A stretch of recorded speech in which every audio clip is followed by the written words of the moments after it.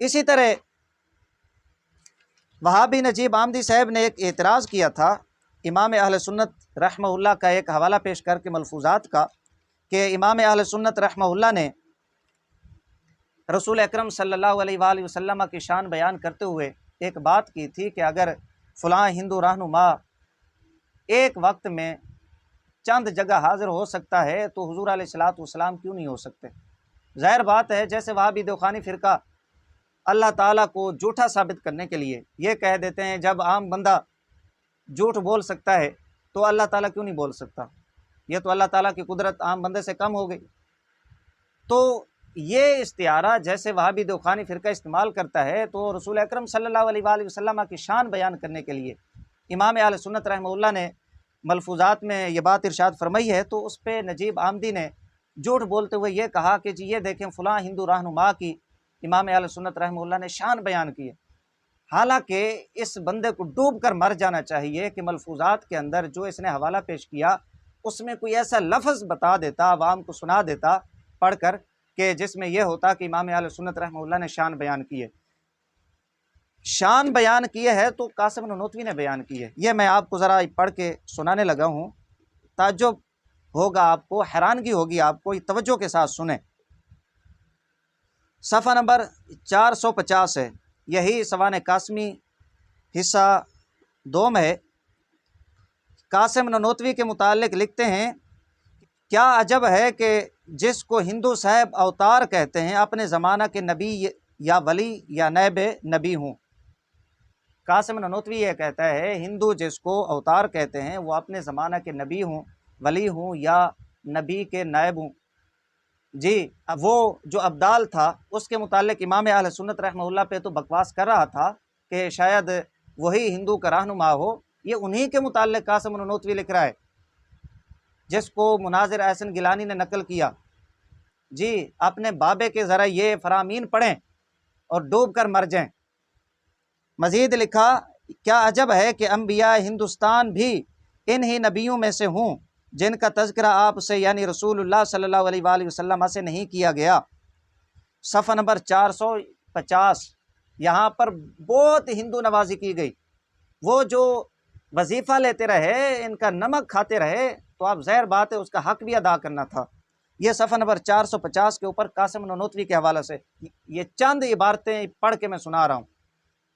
میرا نہیں خیال کہ نجیب آمدی صاحب کوئی برتن میں پانی لے کر وہ اپنے ناک کو ڈبوئیں اور شرم دلائیں، لیکن جو مسلمان ہیں یہ میں ان کے لیے بیان کر رہا ہوں تاکہ ان کی ہندو نوازی ملاحظہ فرمائیں۔ صفحہ نمبر 451 کے اوپر لکھتے ہیں کہ کیا عجب ہے کہ سری کرشن اور سری رام چندر بھی ان عیوب مذکورہ سے مبرہ ہوں، اوروں نے ان کے ذمے یہ تہمت زنا و سرقہ لگا دی ہو۔ مباحثہ کے حوالہ سے یہاں پر مولوی مناظر احسن گیلانی صفحہ نمبر 451 کے اوپر نقل کرتا ہے۔ جی یہ وہی کرشن ہے جس کے بارے میں امام اہل سنت رحمہ اللہ پہ تنقید کر رہے تھے۔ یہ آپ کا بابا کہتا ہے نانوتوی، جو قاسمی فرقے کا بانی تھا قاسم نانوتوی، وہ کہتا ہے سری کرشن اور سری رام چندر ان تمام عیوب سے مبرہ ہوں جن کے ذمے ان لوگوں نے یہ تہمتیں لگا دی ہیں۔ وہ تو ماننے کے لیے تیار ہی نہیں ہے، اور تو اس کی باتیں امام اہل سنت رحمہ اللہ کے کھاتے پہ ڈال کے امام اہل سنت پہ الزام تراشی کر رہے۔ یہ صفحہ نمبر 451 ہے۔ یہاں تک تو ان کے جو بزرگ تھے ہندوؤں کے، بڑے تھے، رہنما تھے، ان کے متعلق اس نے شان بیان کی۔ جو اب ان کی کتابیں ہیں رگ وید، یجروید، اتھر وید، رامائن وغیرہ، جو ہندوؤں کی کتابیں ان کے دھرم کی، لکھتا ہے ہم نے اب تک نہ وید کو برا کہا ہے نہ پیشوا یعنی دین ہنود کو برا کہا ہے، اور برا کہیں تو کیوں کہیں؟ یہ قاسم نانوتوی کہہ رہا ہے، مناظر احسن گیلانی نقل کرنے والا ہے۔ یعنی ہم نے ان کے ویدوں کو بھی برا نہیں کہا، ان کے جو پیشوا ہیں ہندوؤں کے دین کے، ہم نے انہیں بھی برا نہیں کہا۔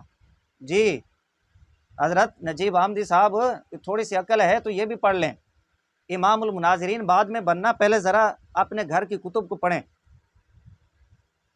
اچھا آگے کہتا ہے ہم ان کے پیشواؤں کو برا کہیں تو ان کا کیا قصور ہے، انہیں کیوں برا کہیں؟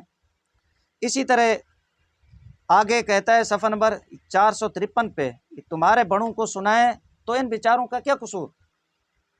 آگے کہتا ہے صرف پیشواؤں ہی کی حد تک نہیں بلکہ ہندو دھرم کی اساسی کتاب وید کا تذکرہ کر کے اسی کتاب میں لکھا ہے کہ ویدوں کو برا کہے تو کیا ضرورت، اور پھر یہ احتمال کہ شاید کوئی مضمون الہامی ہو، یعنی ویدوں کے اندر جو مضامین ہیں ہو سکتا ہے ان میں کوئی مضمون الہامی بھی ہو، اور شرک وغیرہ امور باطلہ کی تعلیم جو اس میں درج ہے، کیا عجب ہے کہ از قسم تحریف ہو، یعنی وہ تحریف ہو سکتی ہے جو شرک کی باتیں ہندوؤں کے ویدوں میں بیان کی گئی ہیں، یہ اس میں نہیں ہو سکتی باتیں۔